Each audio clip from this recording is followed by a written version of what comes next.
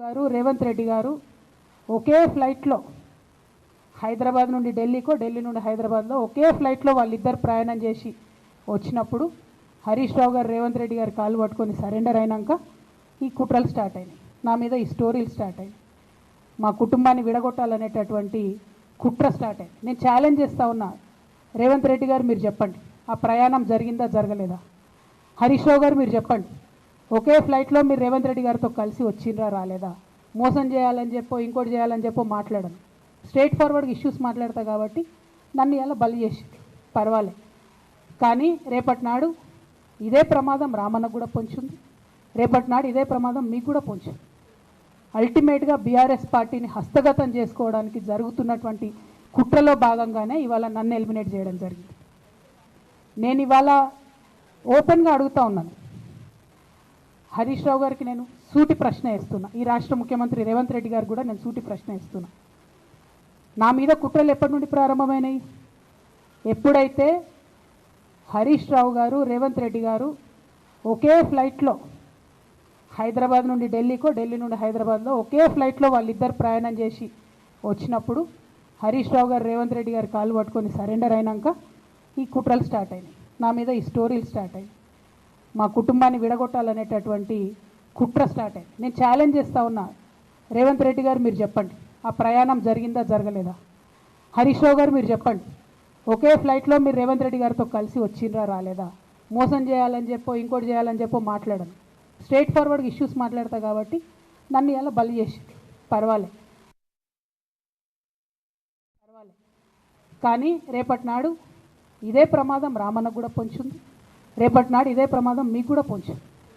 అల్టిమేట్గా బీఆర్ఎస్ పార్టీని హస్తగతం చేసుకోవడానికి జరుగుతున్నటువంటి కుట్రలో భాగంగానే ఇవాళ నన్ను ఎలిమినేట్ చేయడం జరిగింది.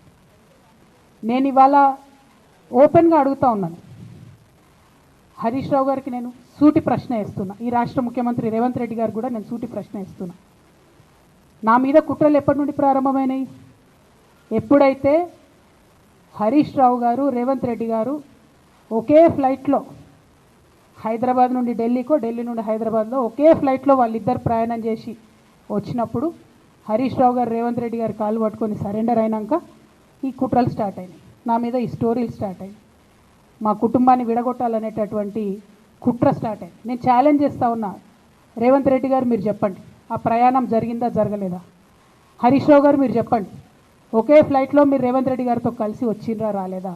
మోసం చేయాలని చెప్పో ఇంకోటి చేయాలని చెప్పో మాట్లాడను, స్ట్రైట్ ఫార్వర్డ్గా ఇష్యూస్ మాట్లాడతా కాబట్టి నన్ను ఇలా బలి చేసి పర్వాలే. కానీ రేపటి నాడు ఇదే ప్రమాదం రామన్నకు కూడా పొంచుంది, రేపటి నాడు ఇదే ప్రమాదం మీకు కూడా పొంచుంది. అల్టిమేట్గా బీఆర్ఎస్ పార్టీని హస్తగతం చేసుకోవడానికి జరుగుతున్నటువంటి కుట్రలో భాగంగానే ఇవాళ నన్ను ఎలిమినేట్ చేయడం జరిగింది. నేను ఇవాళ ఓపెన్గా అడుగుతూ ఉన్నాను, హరీష్ రావు గారికి నేను సూటి ప్రశ్న వేస్తున్నా, ఈ రాష్ట్ర ముఖ్యమంత్రి రేవంత్ రెడ్డి గారు కూడా నేను సూటి ప్రశ్న వేస్తున్నా. నా మీద కుట్రలు ఎప్పటి నుండి ప్రారంభమైనాయి?